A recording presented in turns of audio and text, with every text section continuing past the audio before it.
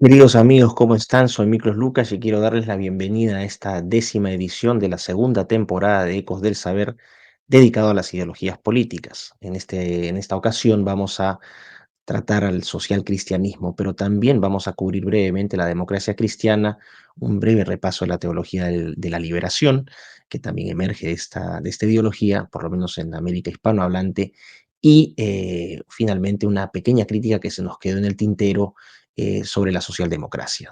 Recordarles que estamos transmitiendo en Betel Radio, en el 100.1 FM del dial, en el 660 AM y en Betel Televisión, que también transmite de manera continua las 24 horas del día. Pueden enviarnos, como siempre, sus preguntas al WhatsApp al 947-246-545, llamarnos al 01-613-1701 o también escribirnos a través de las diversas redes sociales, particularmente en Facebook, también en YouTube, donde subimos los programas, para tener sus preguntas, sus apreciaciones, sus críticas. Somos un programa abierto.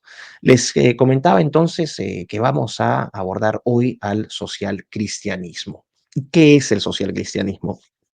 Es una ideología político-religiosa, en realidad, que toma principios del socialismo y los complementa con la ética cristiana, con las enseñanzas de Jesús. Cuando hablamos de ética cristiana, estamos refiriéndonos, ¿no?, a valores como el amor, la compasión, la solidaridad, la caridad.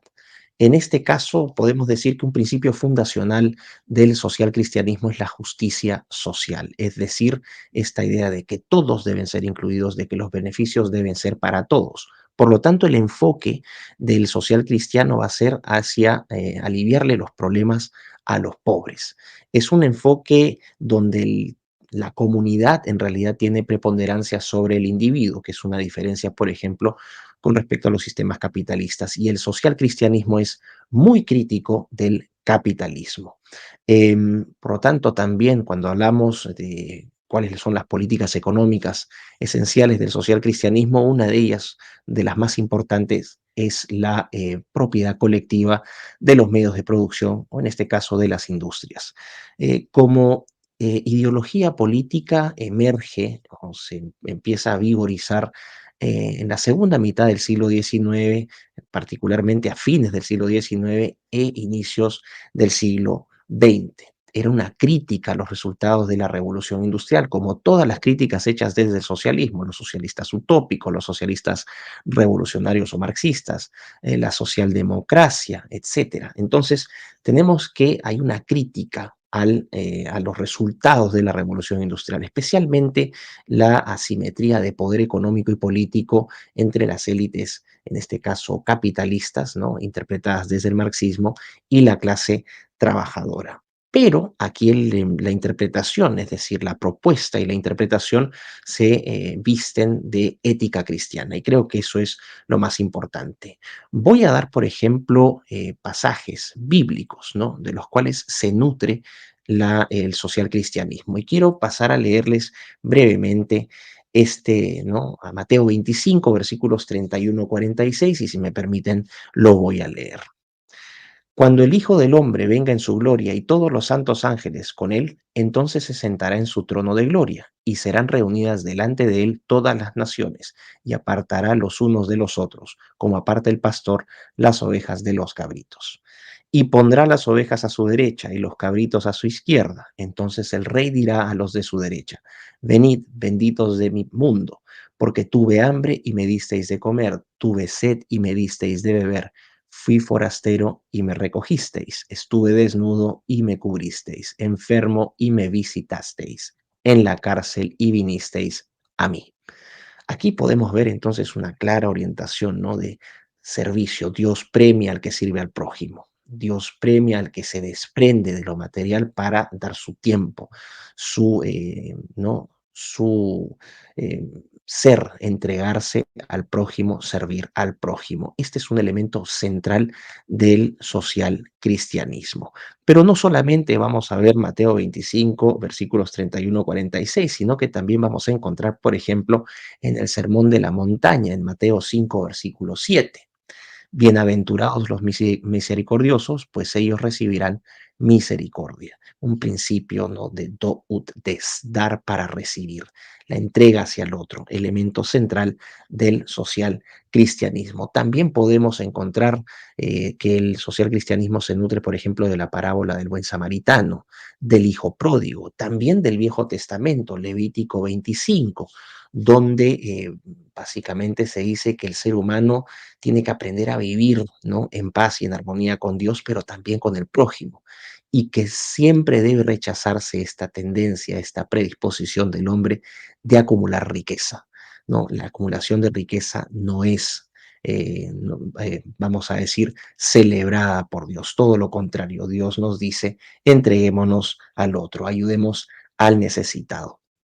Pero vamos entonces a volver al siglo XIX, entendiendo ya, ¿no?, estos ejemplos de cómo el social cristianismo se nutre de la Biblia, se nutre de las enseñanzas de Cristo, para, vamos a decir, armar esta ideología político-religiosa.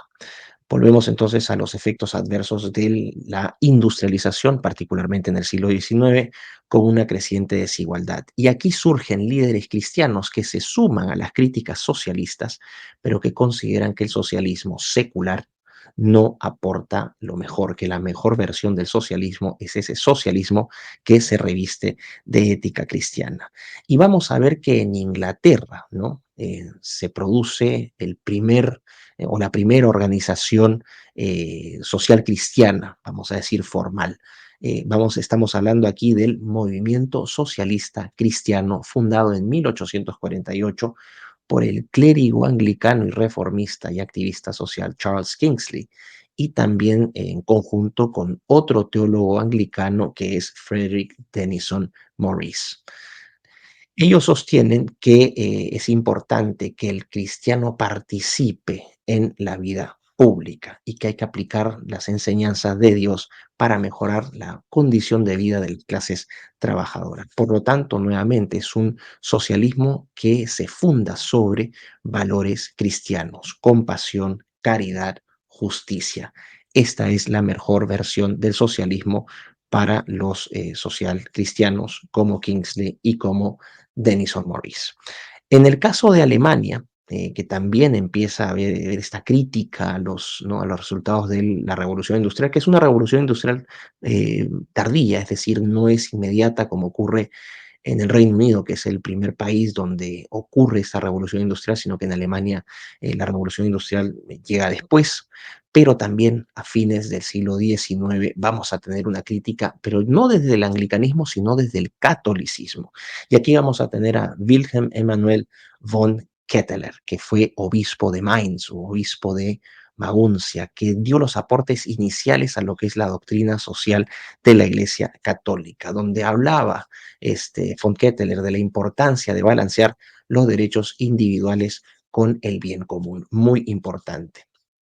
Sostiene von Ketteler también que es muy importante que el sistema económico beneficie a todos. Por lo tanto, hay un enfoque, ¿no?, de comunidad sobre individuo. Y a partir del trabajo de los aportes de von Ketteler, ¿no?, surge la enseñanza social de la Iglesia Católica. Es un llamado de la Iglesia Católica a participar en la resolución de los problemas sociales. Y aquí surge un texto que es clave, ¿no?, que es la encíclica Rerum Novarum, publicada en 1891 bajo el papado de Leo XIII. Esta encíclica sienta las bases de la doctrina social de la Iglesia moderna, ¿no?, de la Iglesia Católica, también publicada, como dije, en respuesta a las desigualdades del proceso de industrialización. Rerum Novarum lo que hace es, esta encíclica adopta un punto intermedio. Hay una crítica muy dura al capitalismo exacerbado, ¿no?, que se observa obviamente en el proceso de la revolución industrial, pero también hay una crítica al socialismo. Es una crítica al socialismo en la medida en que se condena la expropiación, ¿no?, de propiedad privada. Es decir, Rerum Novarum en realidad no es tanto un fundamento del social cristianismo, sino, como vamos a ver un poquito más adelante, de la democracia cristiana, que es una variante, vamos a decir, de derecha de esta ideología política cristiana, ¿ok?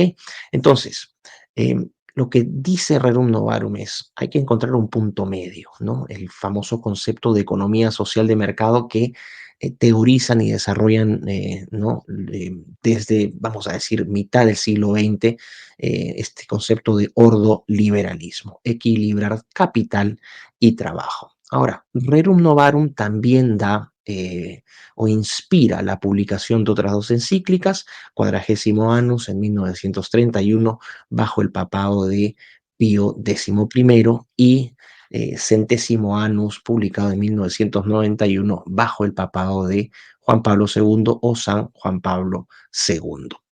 Em, Hemos visto entonces aportes al social cristianismo desde el anglicanismo, desde el catolicismo, y ahora vamos a irnos a el enfoque, cuál era el aporte que hicieron los movimientos evangélicos, el protestantismo. Surge un movimiento importante en los Estados Unidos que es el Evangelio Social. Es un movimiento social cristiano también de fines del siglo XIX e inicios del siglo XX, muy a la par, ¿no? Muy a la par con el desarrollo del progresismo primigenio, del progresismo primario en los Estados Unidos, y a quienes ¿no? Les invito a repasar el programa que dedicamos a la revolución regresista. De hecho, fue el primer programa de la primera temporada donde ustedes van a poder consultar cuál fue el desarrollo de este progresismo primigenio. Ahora, ¿qué ocurre con este movimiento, no? El evangelio social. También la crítica es a las asimetrías de poder político y económico entre una élite económica y política y el resto de la sociedad empobrecido. Aquí lo que ocurre entonces en el evangelio social es que se hace un llamado, ¿no? A los cristianos no solamente a reflexionar de la problemática social generada por la revolución industrial, sino también a actuar. Es decir, hay un enfoque práctico, pragmático, aplicado a la orientación de estas personas a participar en la vida pública. Los cristianos están llamados a participar en la vida pública. Tienen que transformar las estructuras que generan desigualdad y pobreza. ¿Cuáles son los representantes más importantes de este movimiento evangelio social que surge en los Estados Unidos? Vamos a tener a Walter Rauschenbausch, ¿no? Es un ministro y teólogo bautista que en 1907 publica Cristianismo y la crisis social. Es un texto que denuncia, ¿no? La desigualdad y la explotación, y en el cual Rauschenbausch considera que estos dos elementos son pecados capitales. Esto es muy importante, hay una crítica muy dura, ¿no? Las ideas de Rauschenbausch a través de este texto también fueron muy importantes para el desarrollo del cristianismo progresista que se origina, como dije, en los Estados Unidos desde fines del siglo XIX a inicios del siglo XX. Otro autor importante de este movimiento evangelio social es Washington Gladden, ministro congregacional estadounidense y también uno de los principales líderes del movimiento evangelio social. ¿Qué sostiene Gladden? Gladden dice que la fe debe ser activa, que no solamente debe ser contemplativa.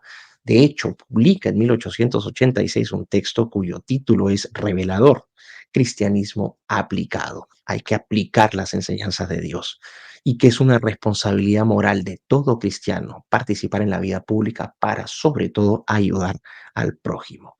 La particularidad que tenía Gladden es que era simpatizante de los sindicatos. Esto obviamente refuerza esta posición de izquierda, esta posición prosocialista de este evangelio social. Y finalmente vamos a tener a otro autor importante del movimiento evangelio social, que es Richard T. Ely, ¿no? Richard T. Ely, que es un economista y reformista social estadounidense, que consideraba que era necesario aplicar, muy en línea con Gladden, aplicar la ética cristiana a los problemas económicos y sociales. Él publica un texto en 1889, Aspectos sociales del cristianismo, donde dice que el cristiano tiene que involucrarse en la vida pública, que el libre mercado, hace una crítica muy dura al libre mercado, genera desigualdad y pobreza, y que el gobierno debe intervenir para mejorar esta condición, para corregirla. Por lo tanto, hay un rol clave también de Richard T. Ely, ¿no? Una contribución clave de Richard T. Ely a las políticas económicas del progresismo primigenio en los Estados Unidos. ¿Qué tenían en común todos estos autores del Evangelio social?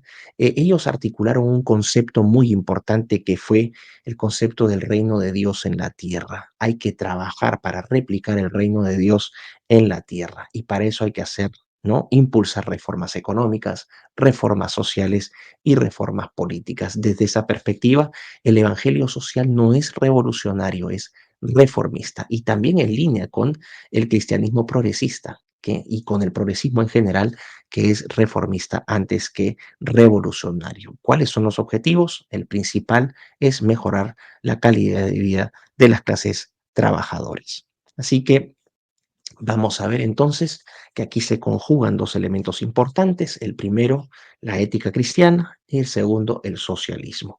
Pero en el socialismo un concepto clave, el concepto central, va a ser el concepto de justicia social. Así que vamos a dejarlo por este momento, vamos a ir a una pequeña pausa y regresamos con Ecos del Saber. Bueno, y regresamos entonces al segundo bloque de Ecos del Saber y aquí vamos a atender las preguntas de las redes sociales.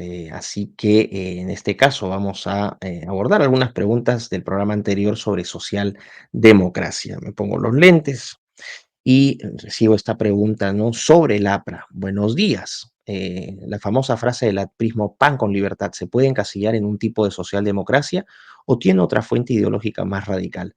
Podríamos decir que el aprismo es un partido socialdemócrata, por lo menos en sus orígenes, así que sí, sería correcto. De esta manera también respondo a Héctor Wilman Venegas, Poma, que me pone el APRA no es socialdemocracia, sí, el APRA es socialdemocracia. Y Aníbal López 61 me pone, tremenda omisión, el APRA es el único partido verdaderamente socialdemócrata del Perú, el más antiguo y de los pocos de Latinoamérica. Por algo son parte de lo que se llama la Internacional Socialista.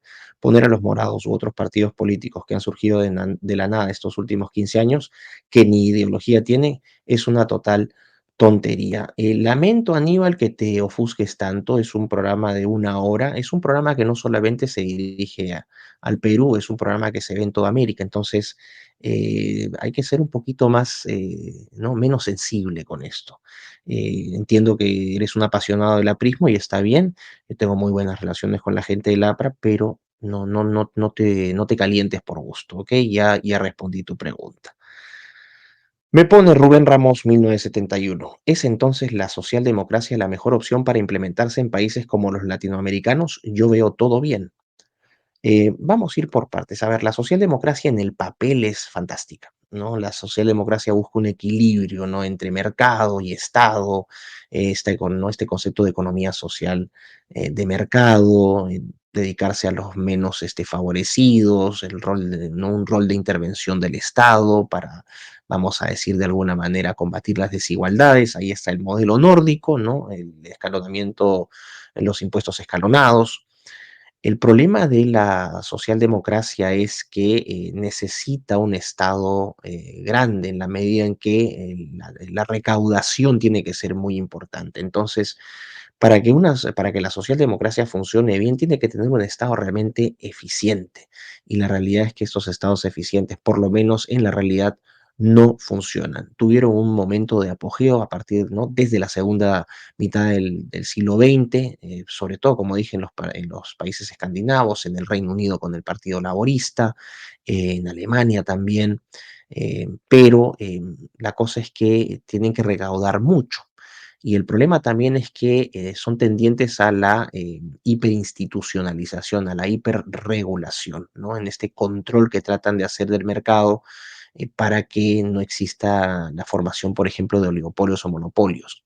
Lo que finalmente terminas creando son estados muy, muy grandes, estados poco eficientes y el gasto público tampoco es eficiente. Entonces se recauda mucho impuesto y se produce poca obra. En este caso, los países escandinavos fueron una excepción a la regla, el caso del Reino Unido también, el caso de Alemania también.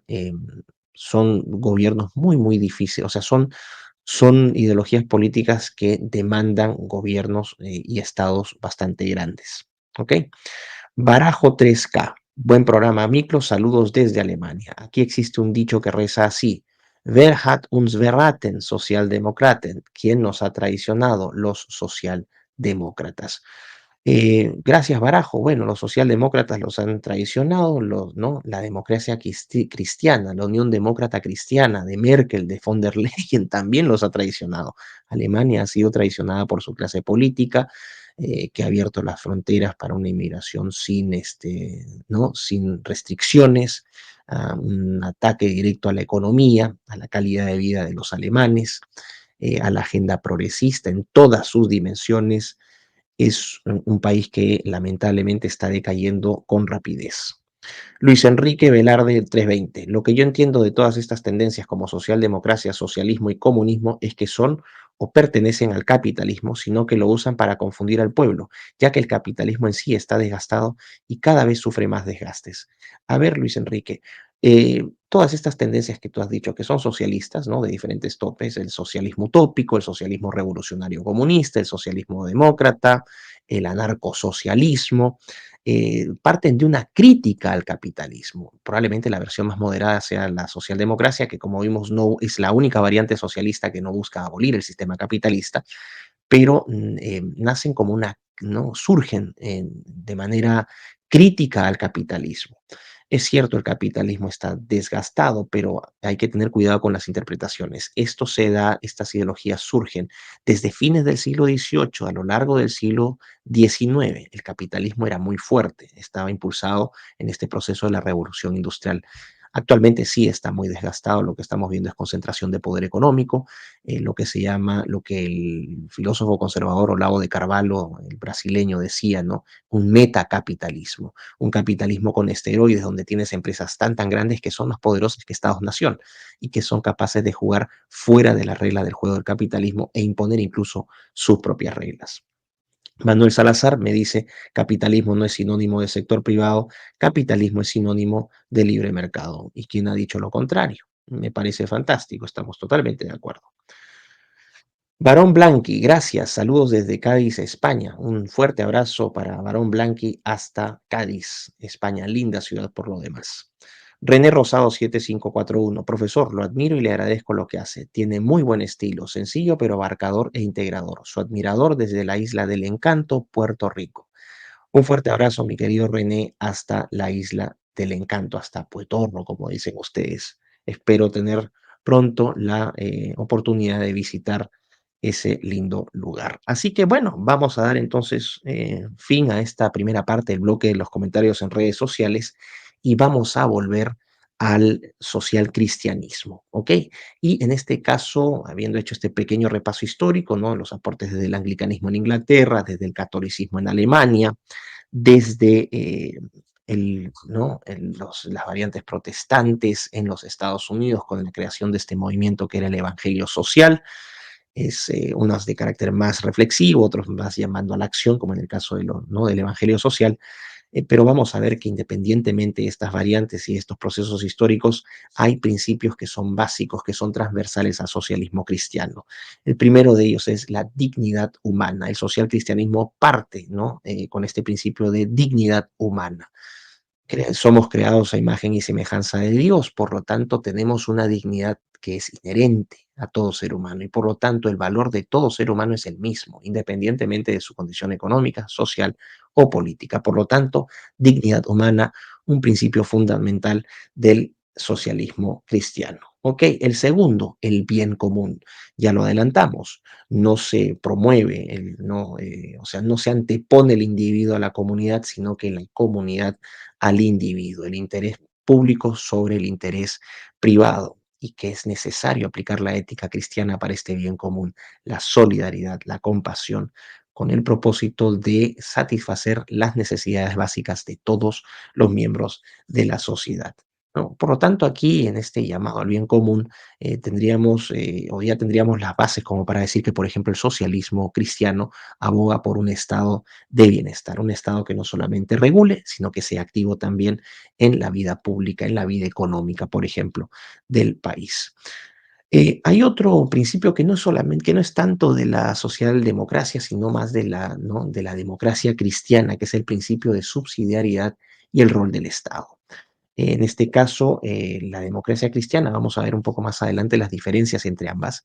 La democracia cristiana no necesariamente busca atacar el sistema capitalista, sino que aboga por una posición similar a la socialdemocracia, un punto intermedio entre capital y trabajo, ¿no? Entre capitalismo y socialismo. Vamos a utilizar el mercado, pero no vamos a permitir que sea desbocado. Va a haber una regulación, una intervención sobre eso. Lo que sí sostienen todos los social cristianos es, y también los demócratas cristianos, es la importancia de las instituciones básicas de la sociedad. Familia, matrimonio, el desarrollo de las comunidades, muy importante, por lo menos en estos movimientos, en sus orígenes. Hoy podemos decir con mucha pena, como había leído el comentario de este amigo de Alemania, ¿no? Que los socialdemócratas habían traicionado a Alemania y los demócratas cristianos también. Son partidos que hoy sirven principalmente a la agenda progresista, sobre todo en el tema del cambio climático, la agenda verde y las agendas políticas de concentración y verticalización del poder político y económico. Pero bueno, vamos a ir a un cuarto concepto, que es un concepto que también es esencial, que ya lo vimos, que es la justicia social, que en este caso plantea las mismas demandas que el socialismo primigenio, es decir, salarios justos, condiciones de trabajo justas. Aquí el socialismo cristiano es más socialista que cristiano en sus principios. Y finalmente, el cuidado del medio ambiente, que viene a ser un principio que se incluye particularmente desde inicios de los 90, cuando vemos que estas ideologías, ¿no? Tanto el social cristianismo como la democracia cristiana, empiezan a someterse o empiezan a ser funcionales a la agenda progresista. ¿Qué podemos decir del social cristianismo en Europa? Europa es la cuna del social cristianismo. Europa es el lugar, el continente donde los primeros grandes partidos social cristianos surgen, sobre todo después de la Segunda Guerra Mundial, ¿no? Eh, Actualmente son casi irrelevantes los social cristianos. Los partidos social cristianos son actualmente poco relevantes porque tienen poca representación política y han sido absorbidos por este movimiento progresista internacional. En ese sentido, podemos decir que el progresismo no solamente se nutre de la izquierda, sino que también tiene partidos funcionales de derecha. Habíamos establecido, por ejemplo, el caso de España, el PSOE y el PP, que supuestamente están en las antípodas del eje político, operan en conjunto. El socialismo alemán y el CDU alemán operan en conjunto. Eh, Vemos en México, ¿no? Como por ejemplo el PAN, que es el partido conservador de derecha, opera en conjunto con no, Morena, a pesar de que son una oposición una pseudo oposición. Lo que podemos decir entonces es que el social cristianismo, los partidos social cristianos han sido absorbidos por el progresismo. En el caso del social cristianismo en los Estados Unidos es menos relevante, el principal movimiento vendría a ser el movimiento de evangelio social. Todavía siguen activos estos movimientos, no necesariamente a nivel de partidos políticos, sino a nivel de iglesias, ¿no? De iglesias en particular, y que hoy practican un activismo político religioso muy importante. Así que ahí tenemos algunas opciones. Ahora, donde sí vamos a tener que hacer vamos a decir, va a expandir un poco más, porque es muy interesante este caso, es qué ha pasado con el social cristianismo en la América hispanohablante. Y aquí podemos decir que el social cristianismo deriva en expresiones más radicales de izquierda que se expresan, por ejemplo, en la teología de la liberación. La teología de la liberación, que es un movimiento teológico, un movimiento político que interpreta las enseñanzas de Cristo. Ojo, esto es una cosa increíble. Interpreta las enseñanzas de Cristo a través de una óptica marxista. Y esto realmente llama la atención porque el marxismo es abiertamente, ¿no? Le declara abiertamente la guerra al cristianismo, porque para los marxistas el Dios es el Estado, al momento en que ese Estado sea utilizado durante la dictadura del proletariado para desmantelar el sistema capitalista. Finalmente, cuando ya se llega a un nivel, ¿no? Del comunismo, el Estado también no será necesario. Pero el marxismo es abiertamente anticristiano. Entonces sorprende, ¿no?, que surja esta teología de la liberación donde se interpreta las enseñanzas de Cristo desde una óptica marxista. Es insólito. ¿Quién es el padre de este movimiento? Es un sacerdote peruano, Gustavo Gutiérrez, que empieza a generar, ¿no?, los primeros pensamientos de esta interpretación de esta teología de la liberación en los 60, pero que en 1971 publica el libro Teología de la Liberación, donde establece los fundamentos teóricos, ¿no?, de este movimiento teológico político. Uno de los puntos clave, ¿no?, en esta obra es esta idea de opción preferencial de los pobres. Esta idea de opción preferencial de los pobres es que señala, ¿no?, que la iglesia, el principal compromiso de la iglesia para Gutiérrez es el compromiso con los pobres y que la iglesia en ese compromiso tiene necesariamente que involucrarse en la vida pública. Acá hay una diferencia, ¿no? Rerum Novarum no era un documento, la encíclica de Rerum Novarum no era un documento que llamara necesariamente a la acción política. En el caso de la teología de la liberación, Gustavo Gutiérrez se disfraza vamos a decir, se disfraza de Rauschenbausch, de Gladden, ¿no?, de Richard T. Ely, para llamar a la acción, es poner en práctica el catolicismo. En este caso, tiene que participar en la vida pública, ¿no? Hay una, por lo tanto, en esta acción social, hay que participar en esta acción social porque para Gutiérrez todos los católicos tienen la obligación moral de combatir, ojo, las estructuras que generan desigualdad y pobreza. Esto es muy importante. Ahora, ¿por qué se dice que Gustavo Gutiérrez interpreta las enseñanzas de Cristo bajo una óptica marxista? Lo vamos a ver en breve, ¿no? Vamos a ir a una segunda pausa y vamos a regresar con los comentarios de redes y a seguir desarmando el misterio de la teología de la liberación. Bueno, regresamos ya con el tercer y último segmento de Ecos del Saber. Recuerden que pueden hacernos sus preguntas, pueden escribirnos al WhatsApp, pueden llamarnos por teléfono, pueden escribirnos a nuestras redes sociales. Vamos a atender sus preguntas y esto es lo que vamos a hacer en estos momentos, ¿no? Atender algunas preguntas, algunos comentarios que han surgido ¿no?, de las temáticas anteriores. En este caso, me escribe Renzo3197. Hola, estimado Miklos. Ya hacía falta un programa sobre las ideologías o posiciones políticas cristianas, como la democracia cristiana, el social cristianismo que siempre menciona nuestro alcalde, el nacionalismo católico. Muchas gracias por tus interesantes programas. Bueno, me alegro mucho, Renzo, ¿no? Que pueda llenar ese vacío, ¿no? Abordando ideologías políticas que son importantes. Así que espero que sea de utilidad este programa. Y como digo, este es un programa de una hora, es un programa introductorio, no se pueden resolver todas las dudas. Lo que trato de hacer es entregarles un panorama general de estas ideologías. Después, obviamente, si tienen interés, ustedes se encargarán de profundizar. Pero me alegro que por lo menos sea un punto de partida. Mary Tejeda, 4027, me escribe, saludos desde Chile, gracias por educarnos. Un fuerte abrazo hasta Chile, mi querida Mary, y gracias por sintonizarnos. Martín Q5S, es importante tener gente como usted en la política activa. Espero se anime. Mi voto sería para usted. Bueno, ya me están voceando, ¿no?, para candidato, así que lo único que puedo decir es que yo me dedico principalmente a la academia, soy un divulgador de ideas, tengo posiciones políticas claras, tengo posiciones morales también claras, y que en algún momento, si es que eso se da, será un honor servir a mi país y no solamente a mi país, sino también al resto, ¿no? Es básicamente una vocación de servicio. Vamos a ver si se da eso o no. Me escribe Martín Infante, 4905. Después de ver a Nahuel Michalski, que es este filósofo argentino, me dice, quien es un profesor y doctor en filosofía y filosofía política. Comprobé que te contradecís. ¿Quién te financia? A ver, no sé qué ha pasado con Nahuel Michalski, no tengo idea. Em, Voy a ver, no voy a tener que buscar, pero comprobé que te contradecís. ¿En qué en qué me he contradicho? No tengo idea de qué me hablas, Martín Infante. ¿Quién te financia? Nadie me financia Betel, que me paga un sueldo. Me financia la Universidad de San Martín de Porres, donde soy profesor, que también me paga un sueldo. Me financia ILAD, donde es un think tank peruano.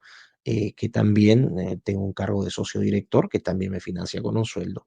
Entonces, ellos son los que me financian. El hecho de que infieras o que especules sobre financiamientos oscuros es propio de gente cobarde, es propio de gente irresponsable, de gente pequeña. Entonces, tomaré ese comentario como de quien viene, de alguien pequeño. Y sobre Nahuel, voy a ver qué ha hecho Nahuel, no tengo idea, pero me encargaré de resolver ese problema. Me dices que me contradigo, bueno, vamos a ver, vamos a resolver eso. Yo no tengo ningún problema. Me pone René Torres, 7132, y muchos en Colombia pensábamos que Álvaro Uribe era de derecha. Muchas gracias, maestro. Será de tarea de los colombianos dilucidar dónde colocan al presidente Álvaro Uribe en su eje político. Esa es una tarea para los colombianos. Paul B36 me pone, Lee Kuan Yew, ¿qué ideología tenía? Tengo entendido que en Singapur la educación, la salud e incluso la vivienda están en manos del Estado.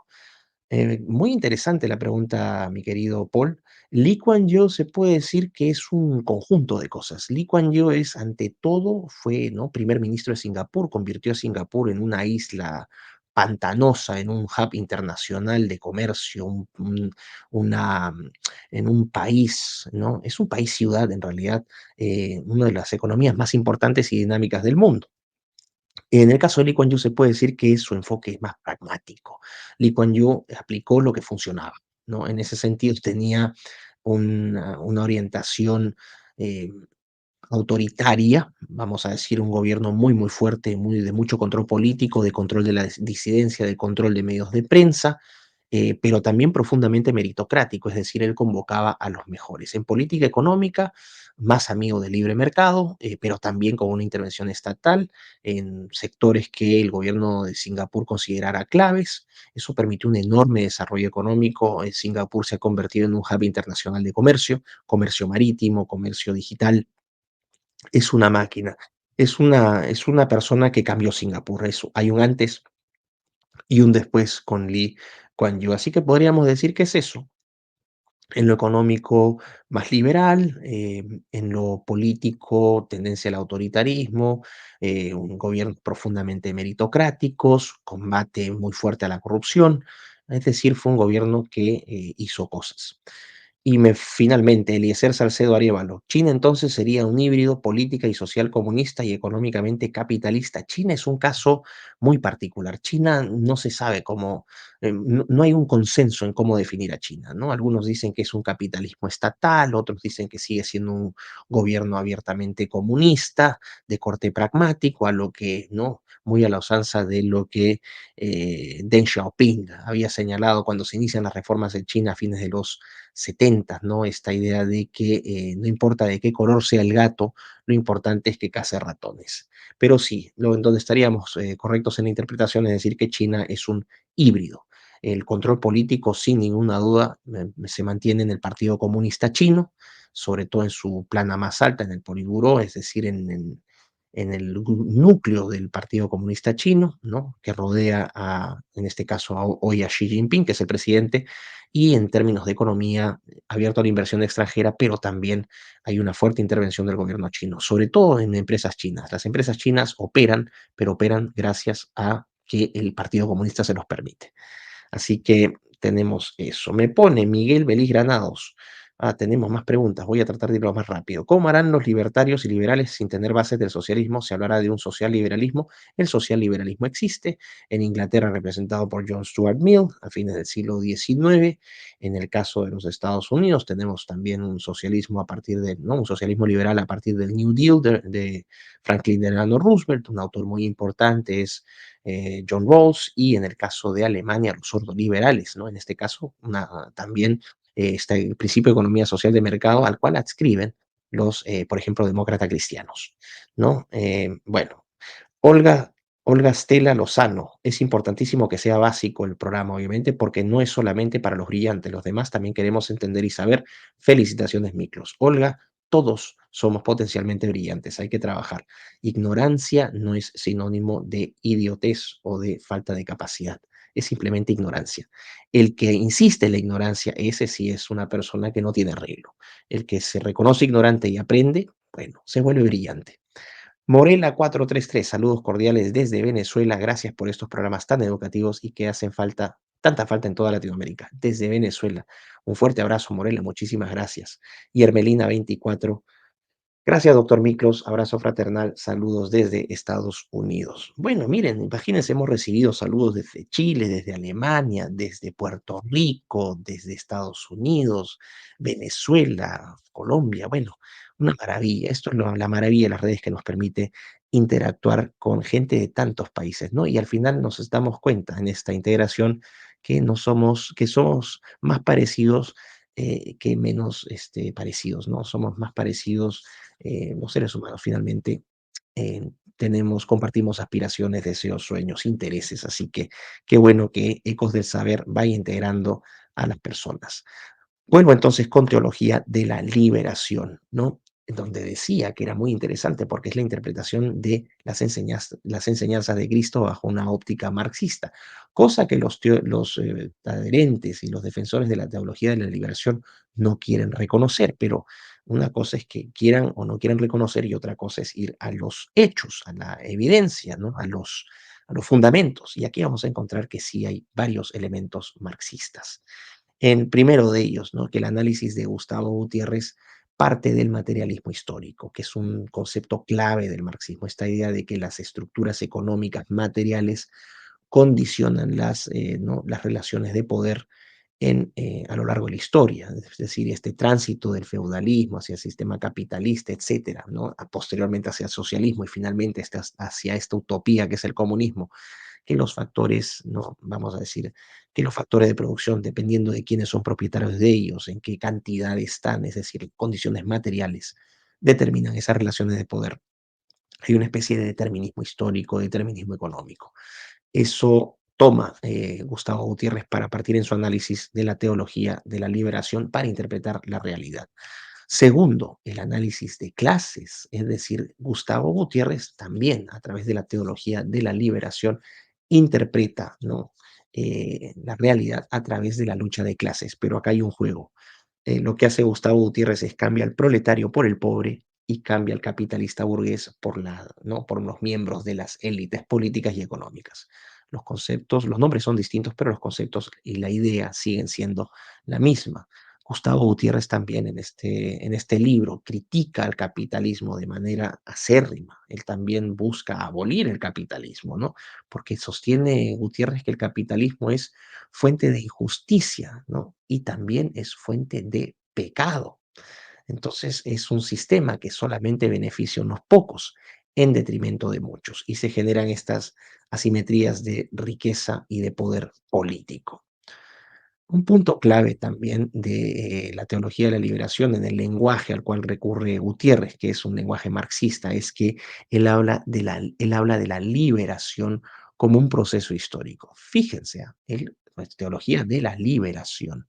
También, nuevamente, acá hay un juego de palabras. Liberación para Gutiérrez es lo mismo que revolución.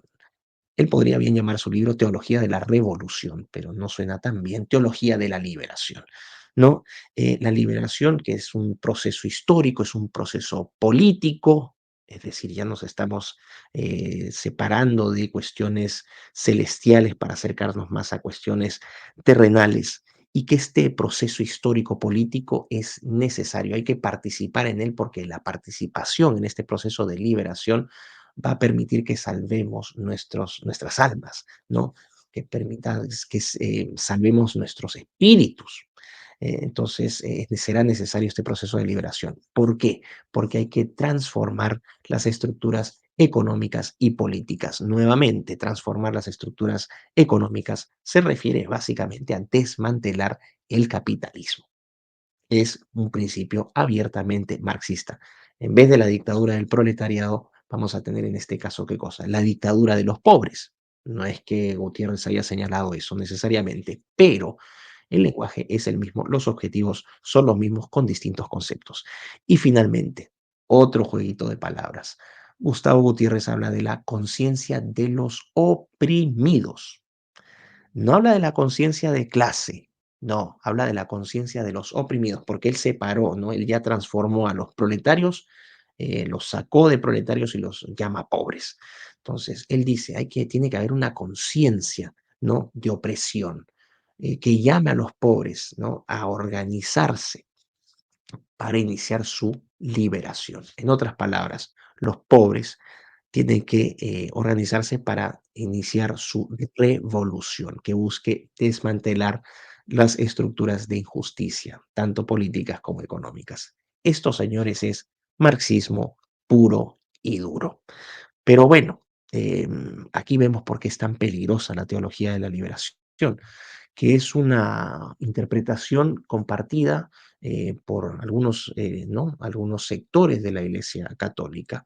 El problema de la teología de la liberación es que su carga política es tan fuerte que eclipsa, ¿no? Las motivaciones que son genuinamente cristianas. Es una interpretación política más que teológica, más que doctrinaria en lo social, ¿no? Fue tan, o ha sido tan, vamos a decir, controversial por ser diplomático esta teología, que el mismo Papa Juan Pablo II la combatió abiertamente, la criticó duramente. Y Juan Pablo II, San Juan Pablo II, para los católicos, fue uno de los grandes emancipadores en la lucha contra el comunismo internacional. Así que, eh, no sé, yo abiertamente, mi posición es abiertamente anticomunista, hay que ser honesto intelectualmente al decirlo. Yo no soy amigo del comunismo, no ha funcionado. Recibo comentarios de la gente en redes que me dicen que el comunismo en realidad no está mal, o que el comunismo es fantástico, que el capitalismo ha sido peor. Cada uno puede adherir a sus propios pensamientos. En lo que a mí concierne, en mi experiencia personal, tanto por la experiencia de mi padre en Hungría, que tuvo que escapar con mis abuelos de los comunistas soviéticos, como en el caso del Perú en la década de los 80s y 90s con Sendero Luminoso, yo la simpatía que le tengo al comunismo es cero. Y siento que un comunismo revestido ¿no? de cristianismo es doblemente peligroso. ¿Qué es el socialcristianismo? Hoy vamos a despedirnos de Gustavo Gutiérrez y su teología de la liberación, que es un tema muy interesante. Pueden ver videos muy interesantes. Recomiendo uno del padre Javier Olivera Rabasi, ¿no? El canal Que no te lo cuenten, donde van a poder en YouTube, donde van a poder expandir un poco más sobre esta interpretación o sobre este movimiento teológico político. ¿Qué es el socialcristianismo hoy? Bueno, el socialcristianismo, como ya adelanté, tiene muy escasa representación política, y lamentablemente, como tantos otros movimientos políticos y como tantas otras ideologías políticas, ha sido absorbido por el progresismo internacional. Hoy el socialcristianismo, en algunas expresiones políticas, ¿no? Es funcional sobre todo a las agendas políticas y medioambientales o verdes del progresismo internacional. Y vamos a encontrar sectores funcionales, ¿no? Es decir, socialcristianos y demócrata cristianos funcionales a estas agendas progresistas, tanto desde el catolicismo como desde el anglicanismo y de diferentes vertientes evangélicas o variantes evangélicas. Así que esa es la realidad actual del social cristianismo y la democracia cristiana. Y hablando de democracia cristiana, les dije que iba a abordar brevemente a esta ideología política, porque también es importante, no se tiende a confundir social cristianismo y democracia cristiana, no son lo mismo. Los orígenes de la democracia cristiana también son fines del siglo XIX, inicios del siglo XX, en atención también o en respuesta a esta crítica, ¿no? A los excesos de la revolución industrial que genera desigualdades económicas y políticas. En el caso de la democracia cristiana, que no toma elementos del socialismo, la democracia cristiana puede tener su documento fundacional en esta encíclica Rerum Novarum que ya les adelanté, ¿no? Fue publicada en 1891, que es el fundamento de la enseñanza social de la Iglesia Católica. También, obviamente, va a incluir, en el caso de la democracia cristiana, valores cristianos, ¿no? Principios cristianos, de la ética cristiana que ya adelanté, amor, compasión, solidaridad, etcétera. Y desde lo económico, y aquí hay una diferencia fundamental con la socialdemocracia, desde lo económico, la democracia cristiana aboga por una economía social de mercado, es decir, muy en línea con la socialdemocracia. ¿Ok? Aquí lo que se busca entonces desde ¿no? Los demócratas cristianos lo que buscan es un punto intermedio entre capitalismo y socialismo. En términos políticos, ¿cuál es el partido más importante actualmente a nivel mundial de la democracia cristiana? Sin duda alguna, la Unión Demócrata Cristiana de Alemania, la famosa CDU, ¿no? En este caso, la CDU de Merkel, la CDU de Ursula von der Leyen. Ahí ustedes se van a dar cuenta que los principios cristianos, defensa de la familia, de la vida, de la, ¿no? de la identidad nacional totalmente destruidos. Son partidos que han sido copados por gente muy inescrupulosa, gente que no sirve los intereses de su pueblo, gente que sirve otro tipo de intereses y que están generando la destrucción literalmente de estos países, tanto de Alemania como de otros en Europa, en los Estados Unidos, en Canadá y lo que se intenta hacer también en nuestra región, en Hispanoamérica, ¿no? De la destrucción de nuestra forma de vida, de nuestras instituciones. Bueno, estos partidos son funcionales hoy, traicionaron completamente sus principios. Pero bueno, vamos a volver a esta, ¿no? A esta discusión.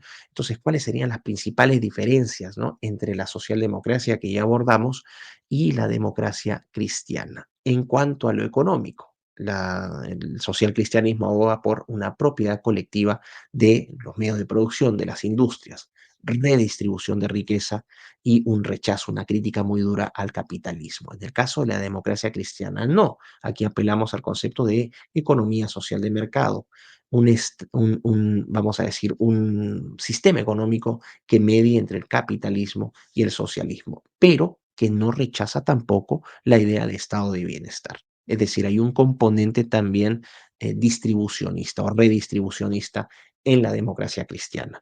El segundo punto, en cuanto a Estado, el caso del social cristianismo, un Estado que intervenga, no solamente que regule, que intervenga. ¿Que reintervenga para qué? Para redistribuir riqueza y para proporcionar servicios públicos. En el caso de la democracia cristiana, el Estado va a cumplir principalmente un rol subsidiario. La subsidiariedad es un principio clave de la democracia cristiana. Apela a esta idea de que el Estado debe aportar, ¿no? Debe apoyar ciertas actividades y a ciertos grupos en términos económicos, ¿no? También aboga por que las decisiones no necesariamente se tomen a nivel de gobierno central, es decir, no hay una concentración de poderes del Estado. El demócrata cristiano no aboga por eso. El demócrata cristiano aboga por especialmente toma de decisiones a nivel de gobiernos locales, ¿no? Y a partir de ahí, si es que los gobiernos locales no funcionan, funcionarán los regionales, y si los regionales no funcionan, funcionarán los nacionales. Pero abogan esta idea de toma de decisiones desde abajo hacia arriba. En el concepto de lucha, ¿no? De justicia social, el social cristianismo aboga por la lucha de clases, pero no tiene un toque tan revolucionario, es de carácter más reformista, es una lucha de clases moderada. En el caso de la justicia social para los demócratas cristianos, una justicia social fundamentada sobre la solidaridad. Y esta solidaridad que es fundamento para o precondición para el bienestar social. En el caso de los orígenes ideológicos, ya hemos visto, en el caso del social cristianismo, el socialismo en sus diferentes versiones, socialismo utópico, socialismo revolucionario científico, que es el marxismo, socialismo, ¿no? Socialdemocracia, el anarcosocialismo, y todo eso, toda esa, ¿no? Esa combinación de socialismos, dependiendo de las variantes o las interpretaciones dentro del socialcristianismo, complementados con la ética cristiana. Y en el caso de la democracia cristiana, el documento fundacional va a ser la encíclica Rerum Novarum, ¿no? Enseñanza social de la Iglesia Católica. En suma, podemos decir que el socialcristianismo es una ideología de centro izquierda, más centro izquierda, y que en el caso de la democracia cristiana estamos hablando de una ideología de centro derecha. ¿Ok? Así que, bueno, ya para ir cerrando, ¿no? Brevemente, en estos 3 minutos que quedan, em, por cuestión de tiempo, no pude hacer una crítica a la socialdemocracia, me quedé en la crítica a la socialdemocracia, que, como hemos visto, ¿no? Él comparte elementos con la democracia cristiana, comparte algunos elementos con el socialismo cristiano, y hablaba de este sometimiento, ¿no? Al progresismo globalista.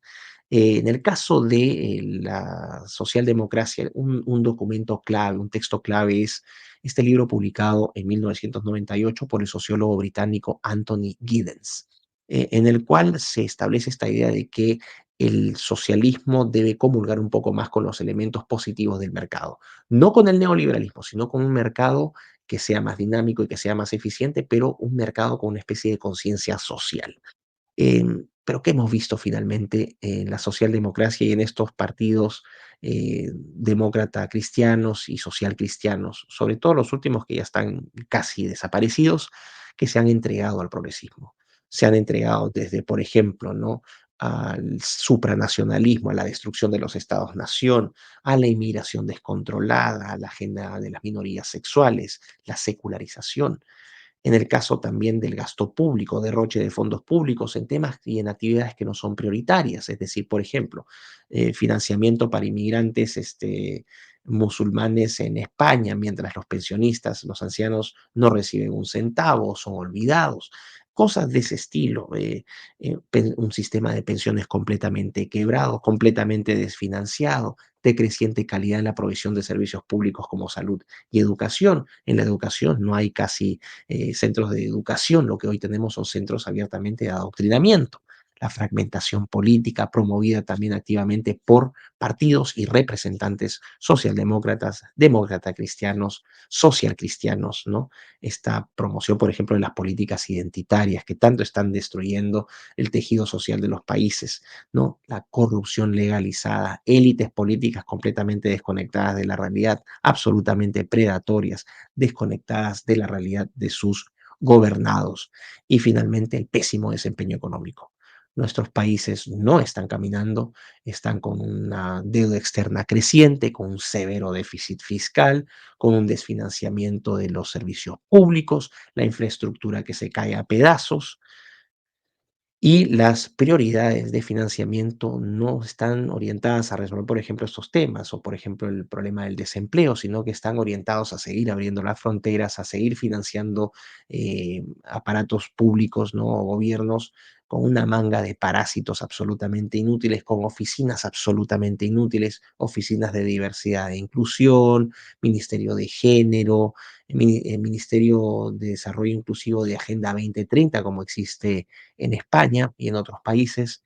Es decir, lo que decía de la socialdemocracia es que pasó de ser una rosa roja, ¿no?, esta promesa de una vida mejor, a una rosa arcoíris, totalmente corrompida, totalmente repudiada por las mayorías, una rosa arcoíris que solamente sirve a las élites. Es decir, ¿no?, una rosa que traiciona todos los principios de sus autores fundacionales. Así que, bueno, quiero cerrar simplemente, ¿no?, haciendo un llamado, porque les quería comentar, si es que me permiten brevemente aquí, bueno, obviamente vamos a tener un evento, quiero hablar sobre eso, vamos a tener un evento muy importante este 26, 27 y 28 de septiembre. Se va a llevar a cabo la conferencia y la Escuela Internacional Salvemos a la Familia, que va a contar con la presencia de gigantes como Agustín Laje, va a estar Itiel Arroyo, Craig Hill, los Pastores Milagros y Guillermo Aguayo. Este servidor también va a estar presente, donde vamos a dictar una serie de conferencias y programas de capacitación a los asistentes. Si están interesados en asistir, que se los recomiendo fervientemente, pueden inscribirse ya en la página salvemosalafamilia.com, donde, bueno, obviamente van a poder participar de estas conferencias, van a poder interactuar con nosotros y donde obviamente van a salir mejor formados, porque vamos a traer temáticas relevantes sobre cómo responder desde nuestras casas, desde nuestras comunidades, desde nuestras sociedades a toda esta agenda progresista que, ¿no?, que tanto daño nos está haciendo, gracias a partidos infiltrados con estas ideologías que han sido totalmente corrompidas. Así que también los quiero invitar entonces al próximo programa que se va a llevar a cabo este miércoles 25 de septiembre, donde vamos a abordar el ecologismo, a los movimientos verdes. Y así que va a estar muy interesante también. Y finalmente, darle el pase a mi querido amigo Fabricio Escajadillo con Hora Punta. Así que nos vemos pronto. Un placer como siempre y espero que este programa les haya sido de utilidad. Un fuerte abrazo y nos vemos el próximo miércoles.